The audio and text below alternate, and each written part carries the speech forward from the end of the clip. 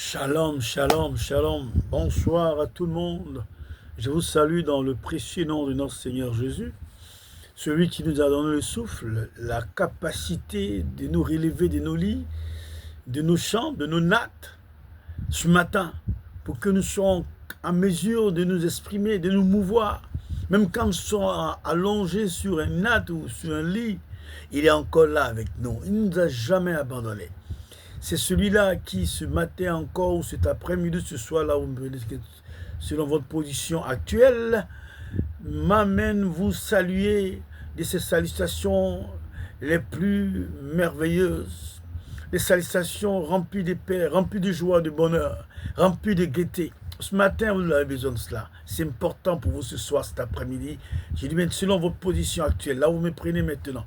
Vous savez, quand nous voyons le jour, c'est un long parcours, parce que dans la nuit, c'est lui seul qui veille et c'est lui seul qui garde. Oui, c'est vrai, nous croyons dormir, nous croyons avoir bien mangé, même peut-être en retrait spirituel, mais c'est lui qui veille, c'est lui qui garde. C'est l'Éternel qui ne dort point, qui ne ferme point l'œil, qui a veillé sur chacun de nous.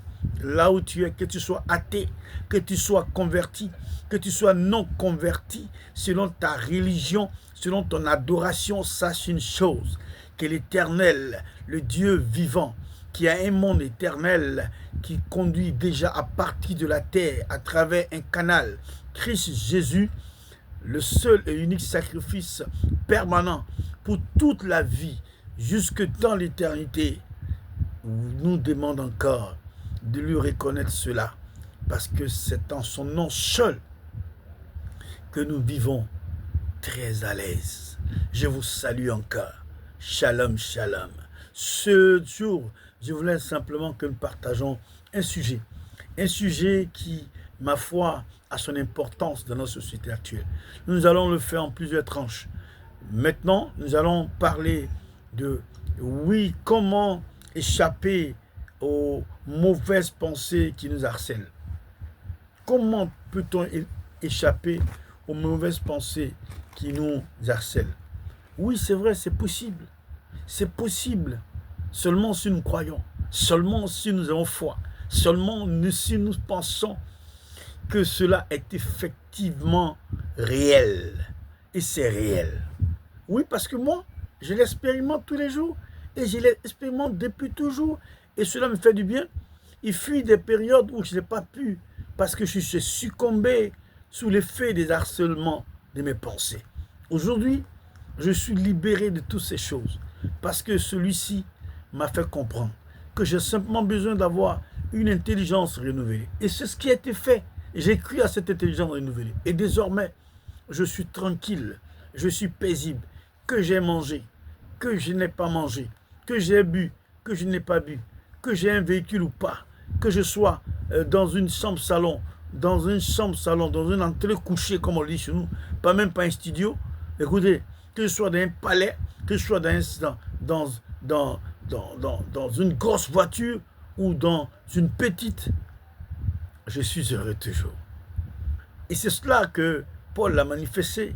Il a dit dans la disette, dans la grâce, dans l'abondance, tout est grâce. Et savoir que tout est bon pour moi parce qu'il a été expérimenté. Sachons que Paul n'est pas différent de nous. Il a le sang qui coulait dans ses veines. Pierre n'est pas différent de nous. Oui, tous ceux dont vous aimez citer ne sont pas et n'ont pas été différents de nous.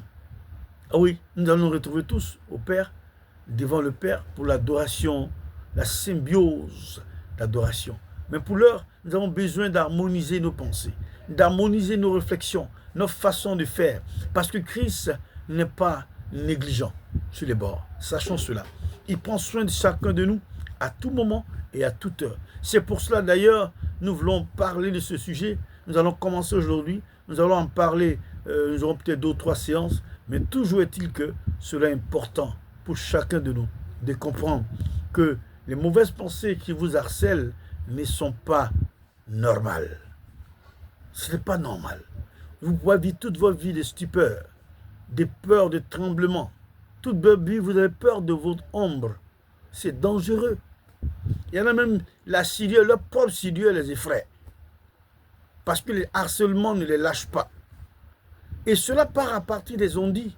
Oui, il paraît que, on dit que, l'autre a dit ceci, mon grand-père avait dit ceci. Tu n'étais pas là, ta grand-mère te l'a dit, ton grand-père ou ton arrière-grand-père a dit une chose, toi tu n'es pas là, mais quelqu'un te l'a traduit peut-être en voulant tellement, de manière gravissime, rendre la chose tellement belle. Cela devient pour toi un tonnerre sur la tête. Et constamment tu as peur. Tu grandis avec cette ambiance. Et même quand tu viens, tu dis tu as donné ta vie à Jésus, alors que tu lui as prêté simplement ta vie, tu ne lui as pas donné. Alors tu as toujours peur. Parce que quand on donne, je donne ma chose à quelqu'un, je fais un don. Mais d'où vient-il que le don me revient? Le don ne me revient plus. Le don revient à celui qui l'a désormais. Il a ça en sa possession. C'est lui le nouveau propriétaire. Et c'est comme ça qu'on doit comprendre. Mais nous disons, nous donnons ma vie à Jésus. Mais en fait, mais quand même, on a peur de prendre pour lui là. On a peur parce qu'on ne veut pas respecter les principes. Christ, l'amour, l'acceptation de l'autre. Oui, nous ne voulons pas. Et nous sommes épinglés par les jeux du diable à travers nos émotions. Ce que la Bible appelle dans le livre romain, oui, les œuvres de la chair. Nous manifestons la chair. Oui, Galates le dit avec plus de précision. Galates chapitre 5, je crois à partir du 19e jusqu'au 20 au 21e verset, il y a une précision claire. Les œuvres de la chair. Oui, et nous laissons influencer par cela. Mais je pense qu'on aura le temps de décortiquer ces choses le plus simplement possible pour que nous puissions avancer. On ne peut pas être chrétien et puis vivre d'une peur constante. Les mauvaises pensées nous harcèlent. Tu as un né pécheur. Oui. Et dans ta marche, le péché a voulu toujours t'influencer. Et Jésus t'est révélé. Et tu as entendu et tu as accepté de comprendre. Si vraiment tu as accepté de comprendre, donc tu acceptes qu'il ait le contrôle de ta vie, diante, bien-aimé, tu ne peux donc pas te laisser dominer par des harcèlements de tes pensées.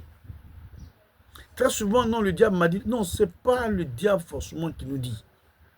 Nous accumulons tellement de choses que nous pensons que ces choses-là sont réelles, même plus que Dieu existant. Voilà, nous allons lire un texte pour dire que, pour ceux en tout cas qui croient qui ont donné leur vie à Jésus, donc ils ont fait don à Jésus, pour prendre celui de Jésus, voici ce qu'il nous donne comme conseil à travers ses apôtres. Dans l'épître aux Philippiens, le 4e chapitre, le verset 8, que je lis. Au reste, frères, que tout ce qui est vrai, tout ce qui est honorable, tout ce qui est juste, tout ce qui est pur, tout ce qui est aimable, tout ce qui est mérite l'approbation, ce qui est vertueux et digne de louange, soit l'objet de vos pensées. Vous voyez ici, l'Esprit de Dieu, qui, si vous croyez vraiment que l'Esprit de Dieu en vous, ce n'est pas de trembler, ce n'est pas de prier en langue, ou bien faire des langues imaginaires, et puis dire, écoute, l'onction, non. L'onction, là, c'est la connaissance de ces choses-là, qui ne t'égare plus dans tes pensées. C'est la connaissance de ça qui est l'onction. La connaissance du Verbe qui fait de toi, non pas, et tu fais de toi un homme étrange, comme il a dit, nous serons rejetés par le monde.